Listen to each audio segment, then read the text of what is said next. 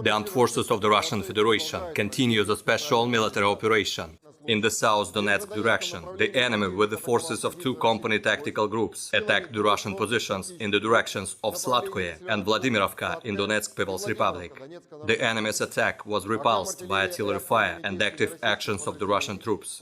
In total, 25 Ukrainian personnel were defeated, as well as 2 infantry fighting vehicles and 2 pickup trucks.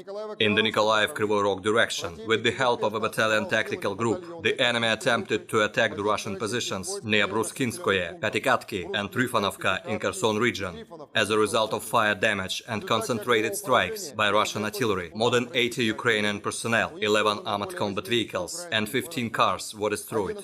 Operational tactical and army aviation, missile troops and artillery neutralized 4 Ukrainian command posts close to Stepovaya Novoselovka in Kharkov region, Davidov Brod, Andreevka in Kherson region, Olenovka in Nikolaev region, 72 artillery units and firing positions, manpower and military equipment in 174 areas.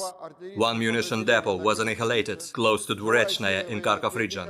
Russian air defense means have shot down 3 Ukrainian unmanned aerial vehicles near Yagodnaya in Kharkov region, Shevchenko and Malý Kermenchik in Donetsk People's Republic.